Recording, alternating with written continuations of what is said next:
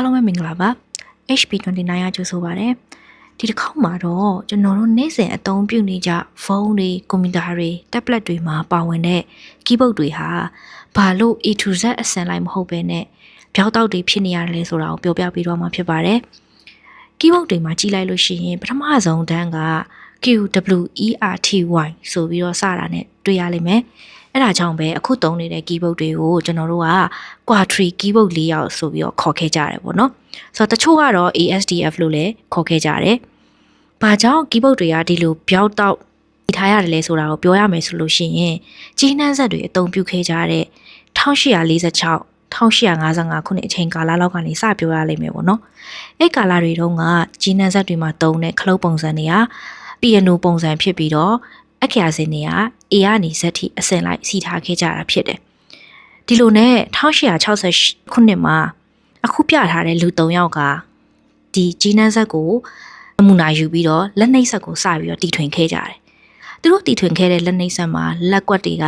A ကနေ Z ထိအခရာအဆင့်လိုက်ဖြစ်ပေမဲ့အပြင်ကစောစောကဒီကြီးနှမ်းဆက်မှာအသုံးပြုခဲ့တဲ့ piano ဒီဇိုင်းနေရာမှာသူတို့ကစက်ဝိုင်းပုံစံဒီဇိုင်းကိုပြောင်းလဲခဲ့ကြတယ်။အဲ့ဒီလိုစာရရအဆင်ပြေအောင်စက်ဝိုင်းပုံစံပြောင်းလဲခဲ့ကြပေမဲ့လက်နှိပ်ဆက်တွေမှာပြဿနာလေးတွေဖြစ်လာတယ်။ဘာလို့လဲဆိုတော့လက်နှိပ်ဆက်ရဲ့အလုပ်လုပ်ပုံကိုကြည့်ရမယ်ဆိုလို့ရှိရင်သူတို့တွေဟာလက်တံတွေနဲ့အလုပ်လုပ်တာဖြစ်တယ်။လက်တံတွေကမင်ခံရှိရာကိုတက်လာပြီးတော့မင်ခံနဲ့ထိပြီးတော့မှစာလုံးကပေါ်လာတာဖြစ်တယ်။ဆိုတော့အဲ့ဒီလက်တံတွေပြန်ကြဖို့ကလည်းအချိန်က20စက္ကန့်လောက်ကြာတယ်ပေါ့နော်။ဆိုတော့အဲ့ဒီလိုအခရာစင်တွေကိုအစင်လိုက်ဆင်ထားတဲ့အခါမှာအင်္ဂလိပ်အခရာမှာ S တို့ T တို့လိုအသုံးများတဲ့စလုံးတွေကိုရိုက်တဲ့အခါမှာဘေးကလျက်ရှိနေတာဖြစ်တဲ့အတွက်လက်တံတွေကတစ်ခုနဲ့တစ်ခုထိမိပြီးဆက်ညက်တဲ့ပြဿနာတွေဂျမ်ဖြစ်တဲ့ပြဿနာတွေစပြီးတော့ဖြစ်ပေါ်လာတော့တယ်ပေါ့နော်အဲ့ဒီပြဿနာတွေအဆင်မပြေမှုတွေမရှိတော့အောင်လို့သိပ္ပံပညာရှင်တွေကဒီအခရာစင်စကလုံးထားသုံးမှုပုံစံတွေကိုစမ်းသပ်ရင်နဲ့ Christopher Landon Shaw လို့ခေါ်တဲ့သိပ္ပံပညာရှင်တယောက်ကကျွန်တော်တို့အခုသုံးနေတဲ့ quadri ၄ယောက်ကိုပြုလုပ်ခဲ့တာဖြစ်တယ်ဒါပေမဲ့ဒီ၄ယောက်ကအဆင်ပြေလားဆိုတော့လေအရင်အဆင်ပြေမှုမရှိနေတယ်လို့တီထွင်ထုတ်လုပ်သူကိုယ်တိုင်ကတော့အရင်မကြည့်နိုင်ခဲ့ပါဘူး။ဘာလို့လဲဆိုတော့လမ်ဒန်ရှောမဆုံးခင်အချိန်ကာလလေးမှာတောင်မှသူကိုယ်တိုင်ကနောက်တစ်ခုထပ်ပြီးတီထွင်ခဲ့ရတယ်လို့သိရတယ်ပေါ့နော်။ထက်ကိုကြည့်ချင်အပြင်ကွာတီ၄ယောက်ဟာလက်နှိပ်ဆက်တွေမှာဖြစ်တဲ့ပြဿနာကိုဖြေရှင်းရင်စမ်းသပ်ဖို့တသက်အမြန်ထုတ်လိုက်တယ်ဆိုတာကိုနားလည်သိတာလားစီပါတယ်။ဒါဆိုဘာလို့ခုချိန်ထိစာရိုက်ဖို့ perfect မဖြစ်သေးတဲ့quadri ၄ယောက်ကိုသုံးနေကြလဲဆိုတာကျွန်တော်တို့မေခွန်းထုတ်เสียထပ်မံပေါ်ပေါက်လာတယ်ပေါ့နော်ဒီမေခွန်းနဲ့ပတ်သက်ပြီးဆက်လေ့လာကြည့်တဲ့အခါမှာ quadri ဒီဇိုင်းကိုစ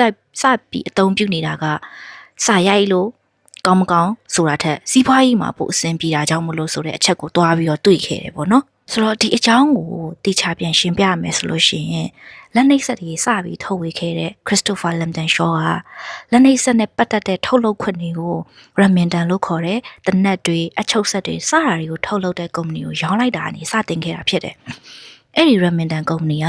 1884ခုနှစ်လောက်မှာ Remington ဆိုတဲ့လက်နှိပ်ဆက်တစ်လုံးကို$125နဲ့စပြီးတော့ဈေးကွက်တွေကိုစပြီးတော့ရောင်းခဲ့တယ်။အဲ့ဒါပြီးနောက်လေးနှစ်ကြာတဲ့အခါမှာ Remington 2ဆိုပြီးတော့လက်နှိပ်ဆက်အသစ်ထွက်ပေါ်လာတယ်ပေါ့နော်။ဆိုတော့အဲ့ဒီ Remington 2မှာပထမအဦးဆုံး shift key စတင်ပါလာပြီးတော့လက်တံတစ်ခုချင်းစီမှာ